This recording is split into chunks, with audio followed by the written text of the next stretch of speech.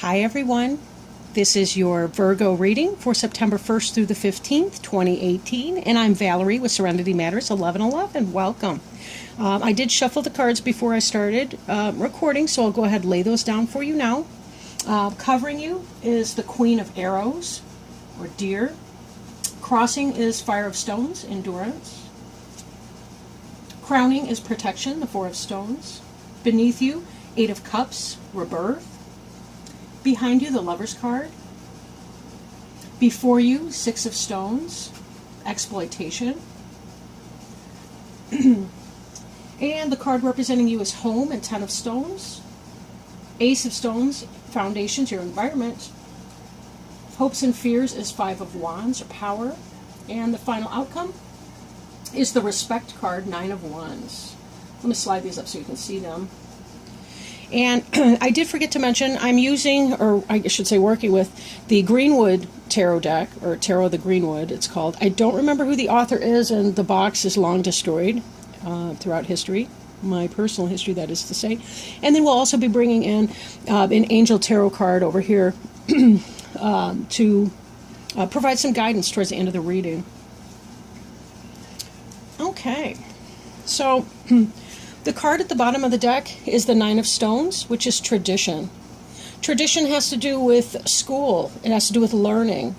It has to do with your family group. It has to do with the rituals of day-to-day living. This has to do with your habits and the things that make sense to you. You'll notice these are a couple figures here. There's some kind of a teacher. So this sometimes can be that place of learning. So some of you may be in school, for example, college. Some others of you may be participating in something, some kind of a ritual that's historical, very traditional. I'm thinking of sweat lodge ceremonies as well, and other things. But just kind of getting together. You know, it's that time of year. We love the celebration of the fall, and Virgo brings in the fall later in the month as we transition into Libra. Later on, but not for a while yet, right? We're just into Virgo now. Now, next, covering you, we have the Queen of Arrows. And you'll see here that the Queen of Arrows is the card Deer. Queen of Arrows tends to be a Gemini, Libra, or Aquarius.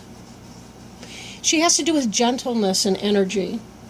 This has to do with being a gentle-souled person. Sometimes we know that Arrows people can be very, very blunt.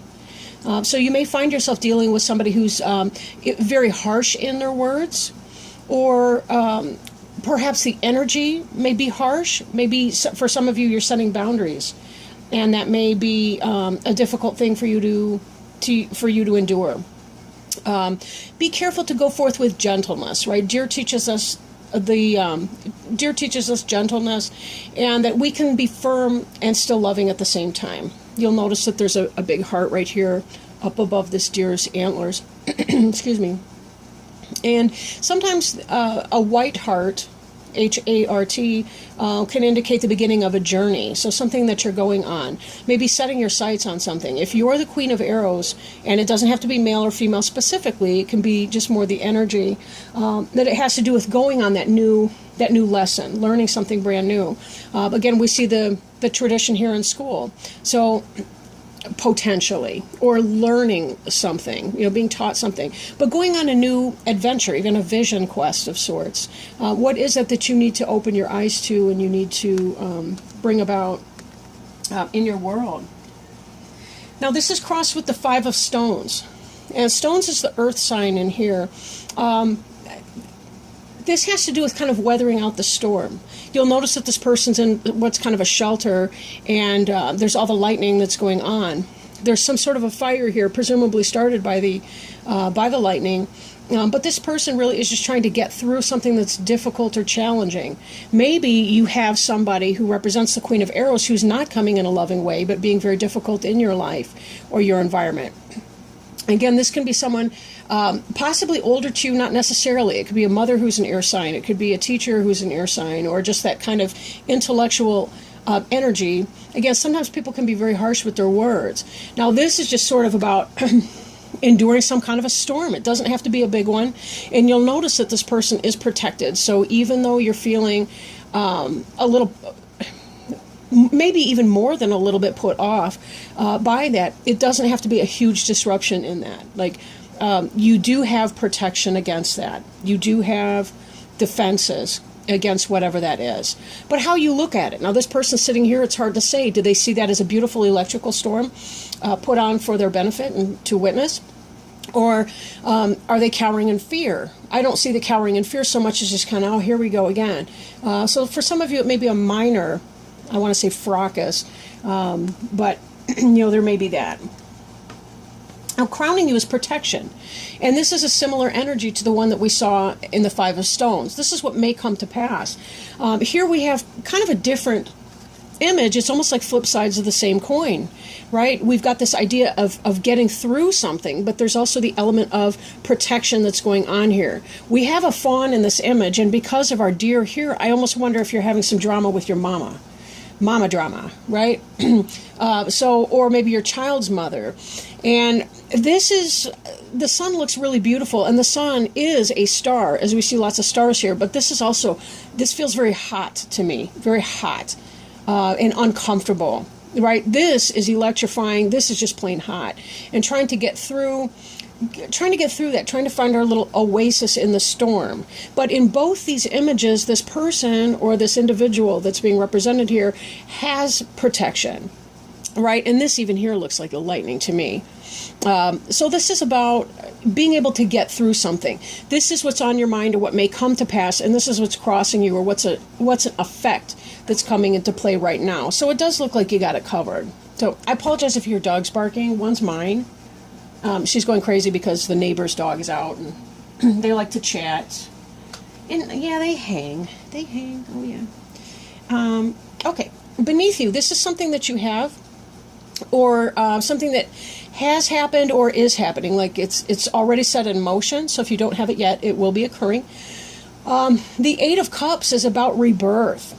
In other decks, the Eight of Cups has to do with walking away from a situation that you've emotionally invested in, right? Now, this card celebrates the other side of that, not just leaving something, but the rebirth that comes when we leave things behind us that no longer benefit us. Now, you'll notice here on the cup, we have the symbol of Taurus, the bull.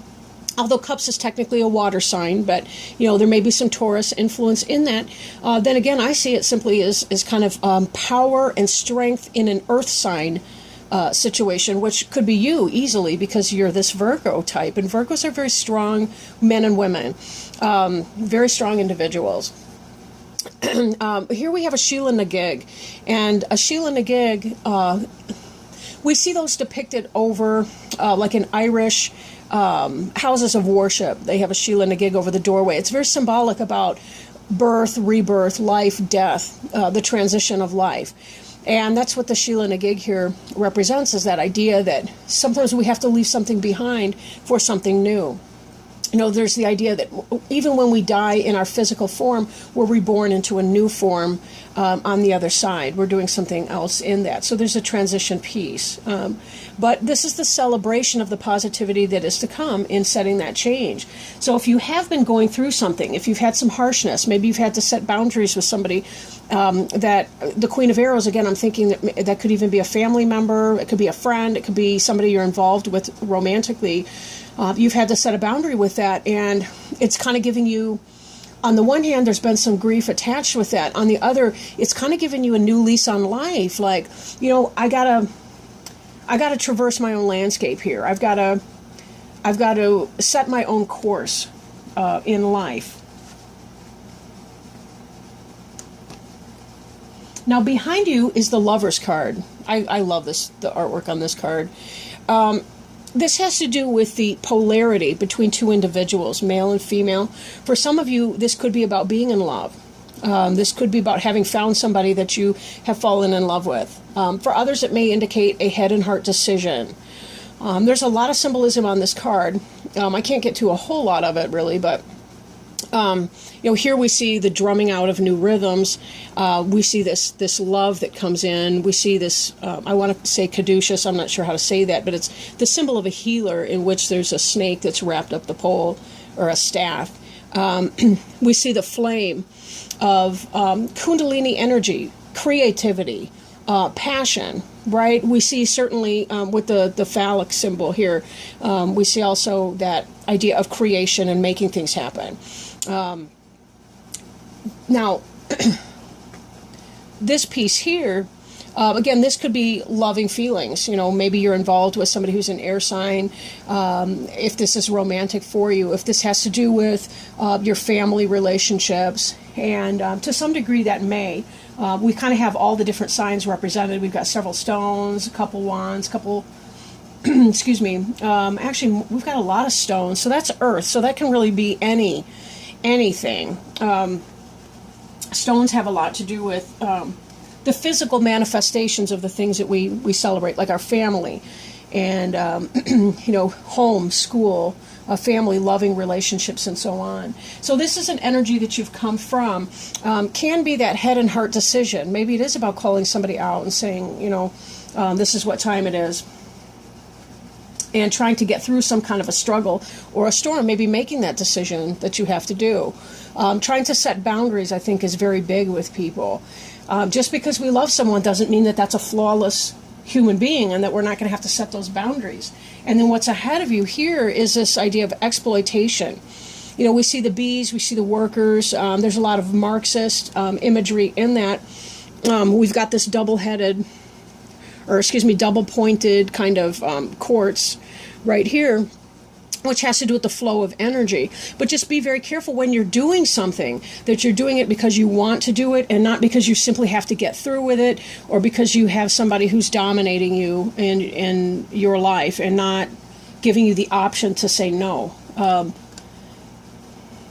Our power, I know this is going to sound really weird, so give me a second with that, but there's more power in saying no than there is in saying yes. And what I mean by that is when you say no, you're able to set a limit. You're able to say, this is not to my benefit.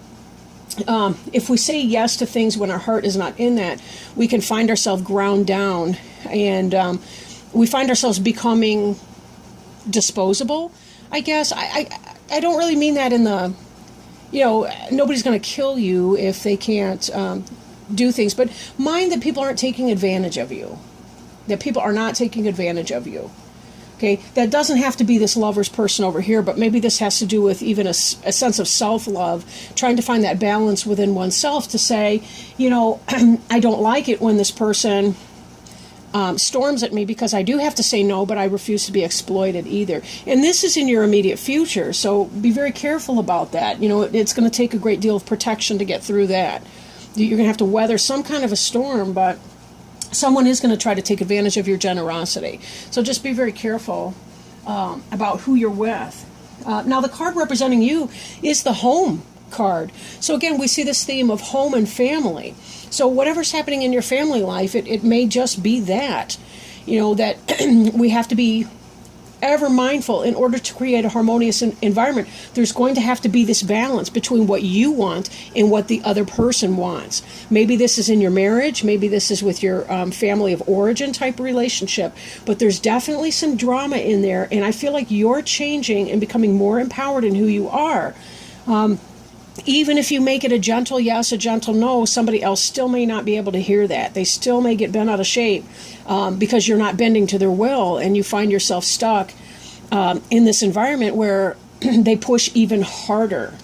One thing that I do advise people who have boundary issues in their family is that when you first begin to assert a boundary with people, they will push even harder. So if you thought that it was easier to cave in before, you're going to find it even harder to stand your ground now, because they will continue pushing harder, and getting louder and louder and more angry, hoping that they can push beyond you. It's sort of like, if you think about it, and I'm not trying to insult anybody's adult relatives or anything, but if you think about the child having the temper tantrum in the store, if you cave in the first couple times they do it, and then you decide, that's a bad idea, I'm not going to cave in when they have the temper tantrum for the candy, so I'm going to stop doing it, the kid will get louder and more ferocious and fierce. Their face will turn red. They will, I don't even need to paint you that scene.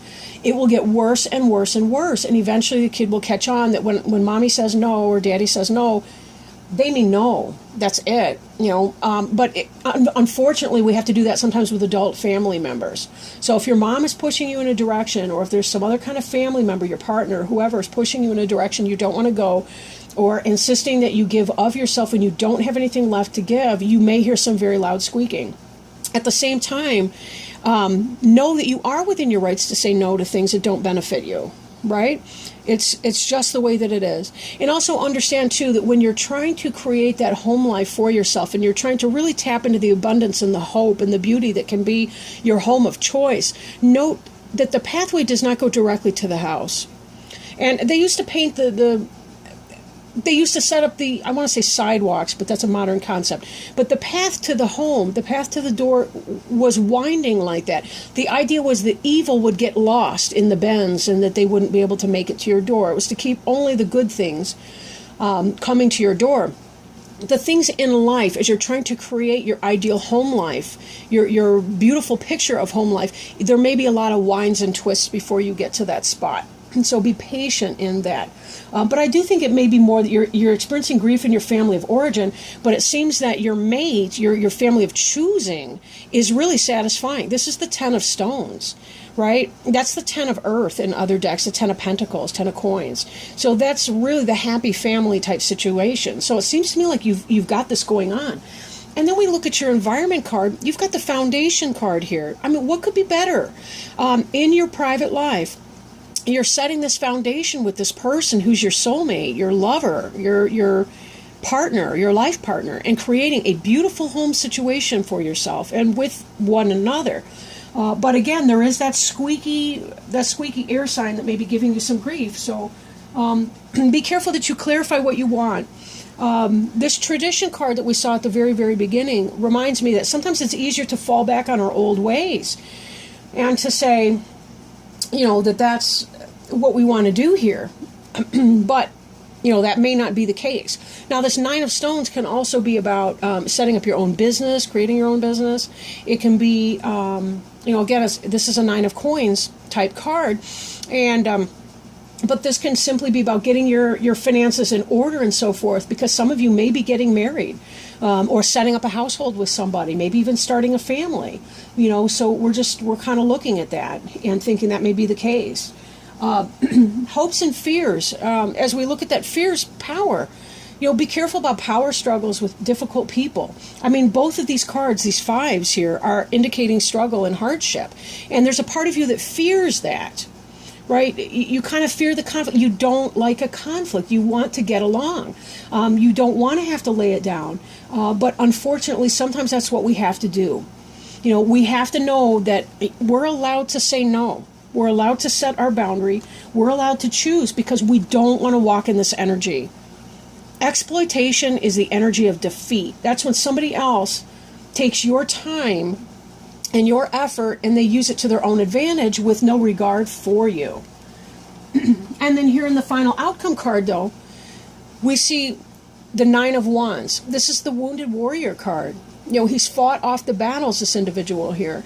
And there's a great deal of respect coming to him because he or she has fought that battle, has set that limit. Don't be afraid here to set the limit, because we know the alternative. You will feel exploited if you're not able to say, this can't, I'm not going to allow that. I'm not going to allow that. I want a happy home life. I want to be able to shut my door at the end of the day. I want to invite in my partner, the person who gives me strength and courage, who respects me, and so on. If it is your partner, this may simply be some of that grind that comes, that day-to-day, I am I and you are you, kind of minor differences. You forgot to leave the cap off the toothpaste. It could be somewhat insignificant like that, or it could be where it leads to some deep-seated resentment. So that's another thing. Exploitation can lead to resentment, so be very careful when you do say no, you mean it and you're willing to hold that line. If not, you're also allowed to say, maybe, let me think about it, I'll get back to you. You don't have to make an answer when you feel pressured. Just put off making the decision until you've had a chance to reflect on that and make the true or the best decision for you. Okay, so let's go ahead and shuffle our angel cards and see if we can't maybe get some kind of a step, some guidance something like that may come in, positive encouragement, guidance, feedback from the angels.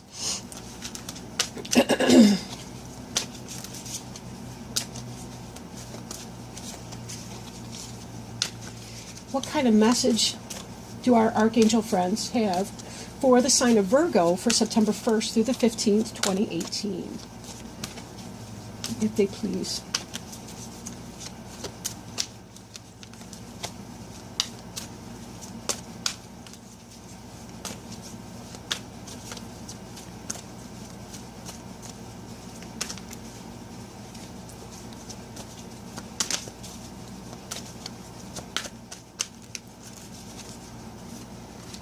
Okay. The Ace of Air. Oh, this is consistent with what we got. So give me a moment. I will hold the card up so you can look at it. Ace of Air. And I'm going to read you from the book so that we can get the maximum benefit of the answer that we've been seeking. So Ace of Air. I'm trying to get the glare off the card, but that's not really easy. Okay. And it states on the card, brilliant new ideas and inspirations, seeing the truth of a situation, and a challenging beginning. New ideas now take flight. Expect great inspiration to come, possibly from an event or situation that had previously troubled you. Now you see the opportunity to create something amazing, and you're full of excitement. Focus your thoughts on your long-term goals and create a plan of action. You now see the truth of the situation. Confusion is gone and clarity has taken its place. Your new understanding replaces previous misconceptions. Now you're ready to move forward. A challenging beginning, turning a negative into a positive, a brilliant intellectual solution. So, yeah, this is wonderful. So, a little bit of challenges, but some clarity here, right? The Queen of Arrows bringing clarity as well. Some endurance, because, it wouldn't be life if we didn't have stuff to go through along the way. But really being able to start something fresh and new with honest perspective and an understanding of what it is that you need to do, what you want to do, and setting your direction in that. Let's remember, aces are beginnings. Those are new. But, yeah, thank you so much for joining me, Virgo, and friends, cross-watching friends. I do appreciate that. And please like, share, comment, or subscribe if you feel inspired to do so. And until mid-September, happy birthday to each of you Virgos, and lots of love. Thank you so much. Bye.